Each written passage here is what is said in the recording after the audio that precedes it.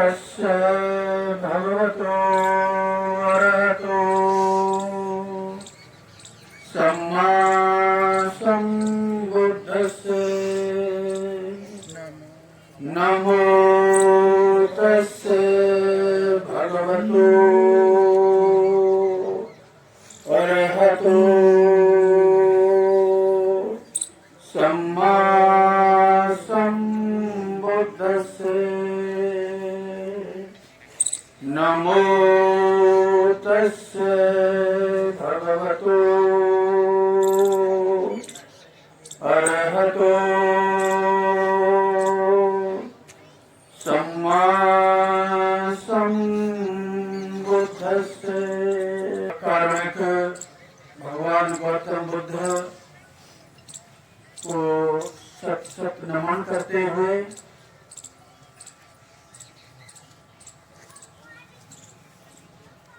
परम पूज्य बाबा साहब बोधिसत्व को प्रातः स्मरणीय स्मरण करते हुए आज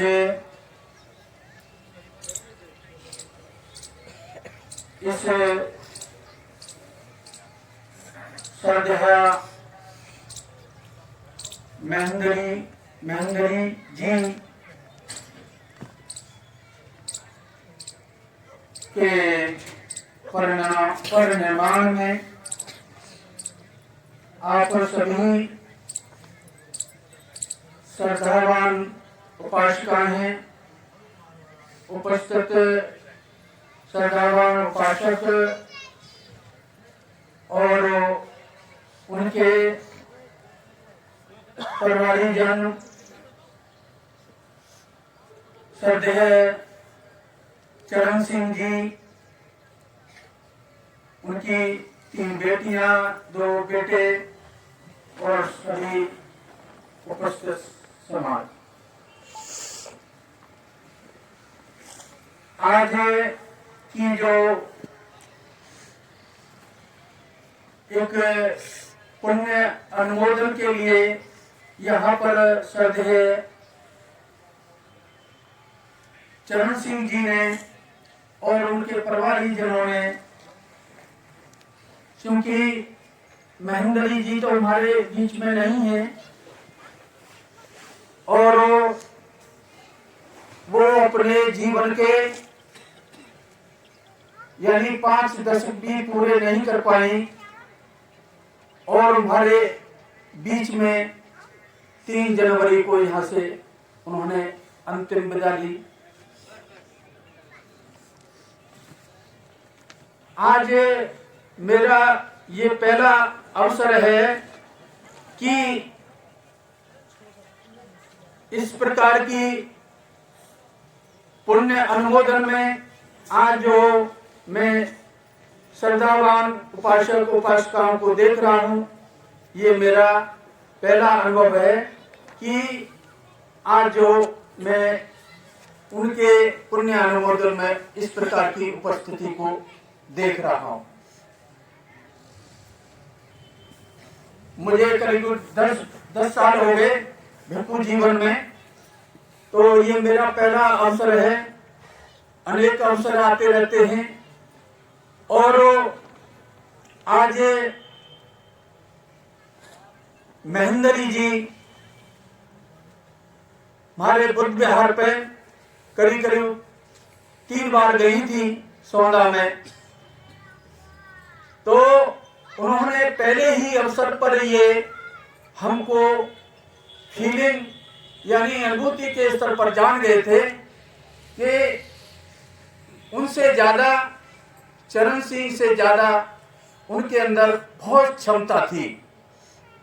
यानी श्रद्धे इतनी श्रद्धा और उनके अंदर जो गुण देखे हमने, वाकई में ही मैं देखता हूं कि आज जो है जो आज हमारा जो फीमेल समाज दिखाई दे रहा है, उनके व्यवहार से और उनके इस यानी विद्वता के आधार पर भी नेचर के आधार पर और उनके व्यक्तिगत यानी उनका अनुभव जो था वो एक स्मरणीय था। तो आज हम देखते हैं कि जीवन में हमारे जो बौद्धाचार्य हैं, धम्माचार्य हैं, इन्होंने भी अपनी बात उनके विषय में रखी और जो भी अभी ये विपश्यना साधना करके आए हैं हस्तिनापुर से, इन्होंने भी अपना अनुभव रखा। तो मैंने काफी सबका अनुभव देखा है कि उनके प्रति कितना भावना थी, क्योंकि वो एक जागरूक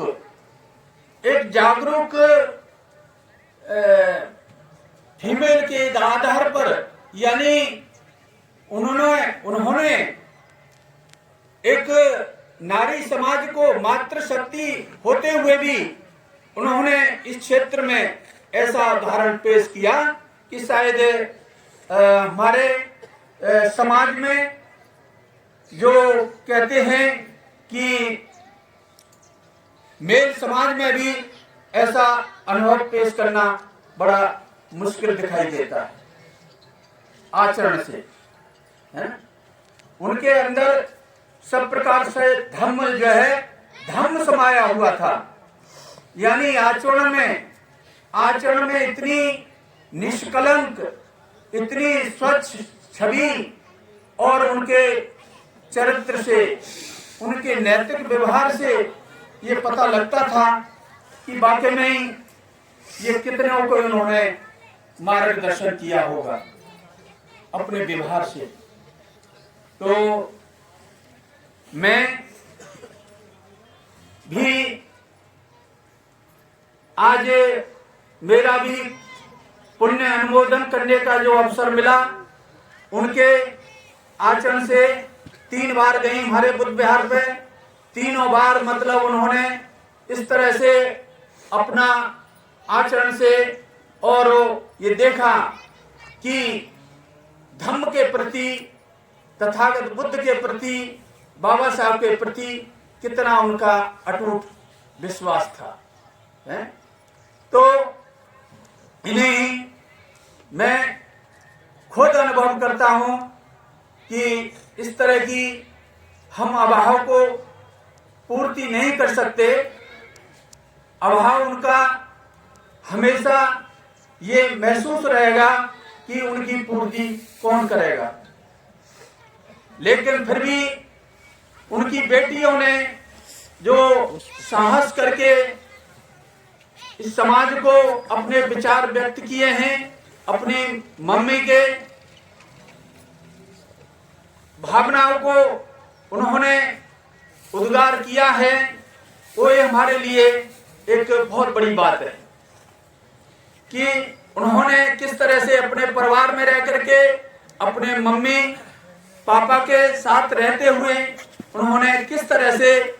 उनके सामंजस्य बना करके किस तरह से अपने मोमेंट को आगे बढ़ाना चाहती हैं, वो भी आपके सामने सब उन्होंने रखा। तो देखिए, भगवान ने कहा है अनिच्चावत संखारा उपाद व धम्मिनो उपजित्वा निर्झंती तेसं भूप समो सुखो। ये भगवान ने कहा है, उनकी देशना 3 बातों पर होती थी, अनित्य, दुख और अनात्म पर। तो पहली गाथा उन्होंने कहा अनिच्चावत संखारा उपाद व धम्मिनो उपजित्वा निर्झंती तेसं भूप समो सुखो। इसमें कहा है कि सारे संस्कार अनित्य हैं, उत्पाद होना, व्यय होना, पैदा होना, नष्ट होना, ये उनका स्वभाव है। यानी हम कहते हैं कि ये संसार क्षणभंगुर है, नाशवान है, परिवर्तनशील है। ये इस गाथा के माध्यम से भगवान ने कहा है कि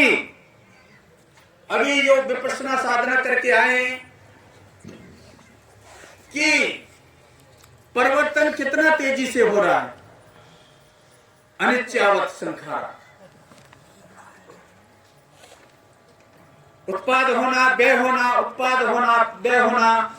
पैदा होना, नष्ट होना, ये स्वभाव है, प्रकृति का नियम है, कानून है। जब कोई भी प्रज्ञावान साधक या साधिकाएं निरीक्षण परीक्षण करके प्रज्ञावान होकर के अनुभूति के स्तर पर जानते हैं तो वो निर्वाण को प्राप्त, वर्तमान में निर्वाण को प्राप्त कर लेते हैं। यानी निर्वाण क्या है? निर्वाण है राग द्वेष मोह से विरक्त होना, क्षय हो जाना। यही इसकी परिणति है। जीवन में बगैर अनुभव के, बगैर विपश्यना के, बगैर ध्यान के, बगैर साधना के ये चीजें अनित्यता का बोध, इसमें कहा है कि प्रकृति बोध अनित्य का अंग अंग रम जाए, जगह धातु निर्माण की चित्त शांत हो जाए। तो जीवन में जब अनित्यता का बोध होने लगता है, दुख का बोध होने लगता है, अनात्म का बोध होने लगता है, मैं और मेरा कुछ है ही नहीं, यानी इतना परिवर्तन है। लेकिन जब हम परिवार में रहते हैं, हमारा अटैचमेंट यानी इतना मजबूत हो जाता है कि वही दुख का कारण बनता है। यानी इतनी आसक्ति हमें माँ बाप के प्रति, बच्चों के प्रति, भाई बहन के प्रति इतना अटैचमेंट यानी इतना लगाव, इतना चिपकाव हो जाता है कि ये दुख की जो घड़ी होती है, जब व्यय होता है तो फिर हम बड़े दुखी हो जाते हैं।